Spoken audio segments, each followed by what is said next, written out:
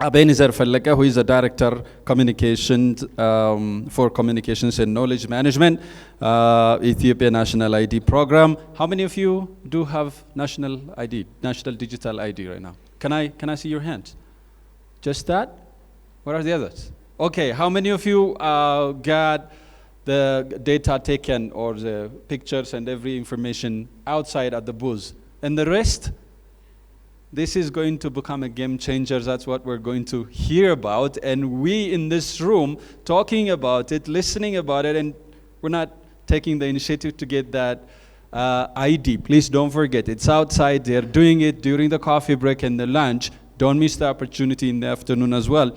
Let me take the pleasure of inviting him to talk on the status of digital ID in Ethiopia as enabler for the financial inclusion, the topic that we have talked about repeatedly again and again. Abenezer is the strategic digital communication advisor for the Ethiopian National ID Program, currently leading the communications unit as a director. He's an accredited communication and project management specialist with a decade of experience specializing in digital marketing, branding, public relations, advocacy, and communications. Previously, he had a record of successfully delivering key projects during his time with various multinational organizations in Ethiopia, including MultiChoice Africa, DSTV, Fonterra, and Gain, leading nationwide communication plans and development projects in key sectors of digital tech, health, and nutrition. Abenezer is a certified digital marketing professional with a Digital Marketing Institute based in Ireland, with an PFQ with the Association of Project Management Professionals in London, UK, along with obtaining his BS and MSc from Addis Ababa University. Please welcome Abenezer to come to the stage. Again, because of time, I'm about to be more rude this time also. I hope you understand, because we also have a time to have that panel conversation. Thank you very much. Thank you very much. Good morning, everyone. It's an honor and a pleasure to be here this morning with you all, and the National ID Program is really honored and proud to be a strategic partner in the 6th Annual East Africa Financial Summit. I'm here today with you representing our Executive Director, Mr. Yodahe, who unfortunately could not be here today. And before I start my presentation, I want to ask everyone a question. So I'm sure all of you have some form of identification in your pockets at the moment, right? It could be a Kabale ID, could be a passport, or a driving license. How safe do you feel having that in your pockets right now? On a scale of 1 to 10. So imagine if you lost it today. You just lost it, and you cannot be able to drive or go to a government service or a private sector service and be able to access a service. How does that make you feel? Unsafe, right? Insecure. So imagine if you had a 12-digit ID on your mobile phone, on SMS, and you don't need all these identifications to access services. How does that feel? It feels wonderful, right? So that's the vision behind the Ethiopian National ID Program. So today we're going to talk about 4 major components. I'm going to briefly introduce you about the National ID Program, then go to the concept behind our identification system, then talk a little bit about the technology, and then where are we in terms of coverage at the moment, and finally, what does it mean for the financial sector? How does the ID become a key enabler for financial inclusion? So, okay, let them figure it out, but let me start talking. So the National Identification Program has the vision of giving legal digital identification for all residents, regardless of their socioeconomic status and background, in an all-inclusive manner in Ethiopia. And we're going to do this by issuing a 12-digit unique identification number that will be used to specifically and uniquely identify the individual for them to be able to access basic services across key private and public sectors. So by principle, our ID is digital. And that's one of the key misconceptions that we see around when we're trying to give this printed credential that people are holding on. The main concept is not the card. It's the unique digital identification number. That's the one that you use to access various services across private and public sectors. So our goal is to provide all these legal identities to all citizens by the end of 2025. And what makes digital ID unique than other IDs? Number one, it's a foundational ID. So it's a foundational ID and making sure that that person is identified uniquely, which will be used as a basis for all other IDs, like Kabale ID, driving license or passport, for people to be able to access services. That's what makes it unique, number one. Number two, it is private and it's persistent and it's also portable. You can take it anywhere.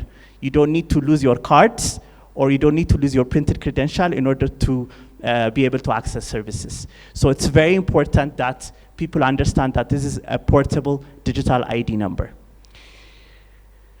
Why do we want to issue digital IDs? Because we want to increase the level of trust between service providers and customers. One of the key challenges that, for example, the financial sector, let's specifically mention banks, face is that they don't trust me. When I go to a bank to get a service, or whether it's to get open a bank account or to specifically get a loan or a credit facility, they don't know Abenezer is Abenezer. I could go to another bank, have another identity issued, and I could perform an identity fraud trying to take multiple loans from multiple banks. How do you ensure that me is me? So digital ID follows the one identity, one person principle. So that's what makes us unique. So we want to issue 90 million digital IDs for residents by 2025. It's a very ambitious goal, but we do believe that we can achieve it because our strategy is a use case driven strategy. You're not going to register for a digital ID just for the sake of registering and having your data encoded, but you're going to register so that you'll be able to access services in a more efficient, secure, and reliable manner that could make your lives much easier.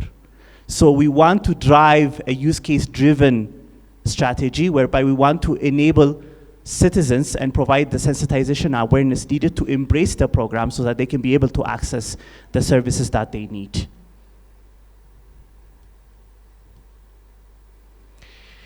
A little bit about our history. So in 2018, the pre-project preparation started with the initiative from the Prime Minister's office, where a group of task force from the Ministry of Peace, Ministry of Innovation and Technology, started the conceptual ground development for the program. And then in 2019, we had the platform development process where the technical and legal frameworks for the National ID program was developed in collaboration with the Ministry of Peace, Mint, and the Prime Minister's office. And then in 2021, we were restructured again under the Prime Minister's office as a national program. So since then, we have been now operating until now. When you look at the statistics of the total population in the world, over 1 billion people lack basic form of legal identity. And this is estimated to be 40% of the Ethiopian population. And out of those people in the world that have legal identities, over 3.4 billion people lack a digital trail. And this is estimated to be over 90% of the Ethiopian population. So the significance of having this digital ID program rolled out and the potential economic impact it will have in the country is huge. A study done in 2017 by McKinsey and Associates, which compared the impact of digital ID rollouts in emerging economies versus developing economies by comparing 5 countries, including Brazil, Nigeria, India and China, and including Ethiopia, it showed that the digital ID can unlock an economic growth value of up to 6% of the 6% of the country's GDP. So this is not something that should be taken lightly. India, and in the case of India, which has implemented digital ID in a far more advanced manner, they have been able to register over 1.2 billion people so far. It has already unlocked over 4% of their GDP in terms of their inclusive economic growth. So this is a fact, and this is something that we all need to aspire to make sure that we collaborate to make sure that this digital ID is implementable and that it is interoperable and that everybody can be able to access services across all sectors. So moving on from this, a little bit about the identification system. So the National ID Program has adopted the 10 global principles of identity for sustainability. And one of the key principles that we follow is inclusion. So for any resident that is able to present a proof of legal identity has the right to be issued a digital ID regardless of their race, their gender, their socioeconomic background. So this is a very important principle that the digital ID is following in its implementation. The second one is design. By nature, the digital ID system is designed to be user-friendly, intuitive, and flexible. So for people or parts of the population where we have limited technical expertise, where they have limited digital literacy, are able to easily use the system to be able to access various services. So the simplicity in the design, whereby we're also collecting minimal data in order to verify and identify that individual, is also something that we follow as a principle. And the third one is governance. This is very important, of course, in digital identity system management. We have to place in legal and regulatory and policy frameworks to make sure that the data management system, the infrastructure, the identification system is well managed within that legal framework so that we'll be able to prevent the disadvantages of minimal data privacy and security uses, so that digital IDs implemented in a secure and reliable manner. So this is something that the digital ID program is working seriously on. And as you may have heard, in March of 2023, very recently, the digital ID proclamation was passed by the House of People's Representatives. And one thing that I want to emphasize, where I get this question asked a lot, is that the proclamation does not make digital ID registration mandatory for citizens. In other countries, they have made it mandatory, whereby citizens are forced to register for digital identity. But in Ethiopia, it's different. It's not mandatory. Citizens are encouraged to register, not for the sake of registering, but for the sake of accessing basic services. So we really want to make sure that they embrace the program first, and that they understand what the use is, so that they can be able to register rather than the other way around. And of course, in terms of the use cases or service providers, each service providers are mandated to make sure that digital identifications are incorporated in their services in order to provide other services to citizens. So that is part of some components of the proclamation. And in terms of data sets, we collect minimal data sets, as I have told you before. And in terms of the basic data sets that we collect are the date of birth of the individual, the name, of course, the middle name and the grandfather's name, then date of birth, then gender, then their current residential address. Just in case, if they change their residential address, they're able to update their digital IDs and the data set accordingly. But these are the minimum data that we collect. But depending on the situation, and depending on with the exception of sensitive data collection, we also collect phone numbers, emails, and postal address. So these are the only data sets that you'll find in the digital ID. So it's important to know that this is a minimal data set collection, and this is something that we're trying to promote heavily because that's what makes it unique from other identifications that exist within the country.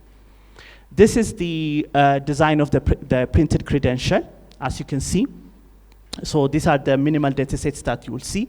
You have the FIDA unique card number, and there is a barcode at the back whereby the use case or service providers can be able to scan that barcode and immediately verify the user's identity in order to provide to the next step of providing those services. So the name of the card is called FIDA, by the way. So it is a digital ID card, but it's called FIDA. FIDA means value in various languages, including in Amharic, and as well as in other languages, such as Swahili, for example. I don't know if you have Kenyans here. You'll correct me if I'm wrong. And in other languages as well. So we've chosen that name, and this is what the printed credential looks like. So when we go to the authentication ecosystem, so usually what we do is, as a national ID, we have the data, the primary data of the individual. So we have in the middle authentication service providers where they make sure that they use our data to authenticate or verify that individual. And then the relying parties, which are service providers like banks or the CRVs or any other service providers that we're partnering with, who will be able to verify using the authentication service providers. And then finally, the FIDA ID holder or the customer will be able to get the services that they need. So this is the basic authentication ecosystem in short. Now, let's talk a little about the technology. So we use a modular open service identity platform called MOSIP. So this is something that we've adapted from India, and the MOSIP platform is an open source platform. So this open source platform makes it easy and flexible for governments to integrate into the various digital existing identity systems that they are using. So the flexibility is what makes it very advantageous for us to use this technology. The second one is it's easily customizable. So for any type of service, integration, it is easily customizable to use this MOSIP platform so that governments or service providers can easily integrate into our already existing data management system. And it's also vendor neutral. So we try to avoid vendor lock-in, whereby we can be able to use this platform and service in a sustainable manner. So the MOSIP platform is the primary platform that we're using in terms of technology. So a lot of questions are asked in the registration process. So what happens? So let me walk you through, for those of you who have not registered yet. I hope you'll register. We have a booth, by the way, by the entrance, and we are registering for digital ID, so you can visit us and learn more about the registration process in person. But for the sake of this presentation, let me take you through the registration process. So an individual comes to a registration center. So the first thing they do is they pre-book. So we have our website, id.et. Please visit our website. By the way, we have an amazing website we just launched recently. And in the website, you'll find the pre-registration portal. So in the pre-registration portal, you'll be able to provide your basic demographic data that I talked about in the earlier slide. And then once you provide your basic demographic data, that's your name, date of birth, gender, and nationality, then you'll be asked to present a basic proof of identity.